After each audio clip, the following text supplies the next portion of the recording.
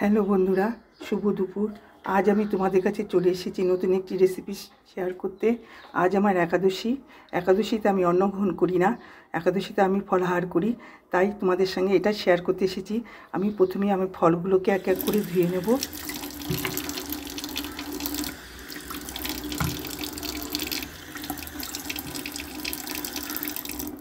বন্ধুরা, ফলগুলো আমি ধুয়ে নিয়েছি, এবার এটাকে ছুরির সাহায্যে বানিয়ে নেব।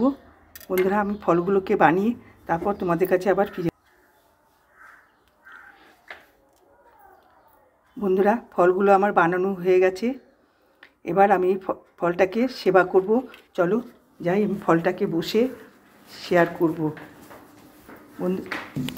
বন্ধুরা, ফল নিয়ে আমি বসে পড়েছি, এবার এটাকে আমি ধীরে ধীরে সেবা করব। তোমরা ভালো থেকো। রাধে রাধে।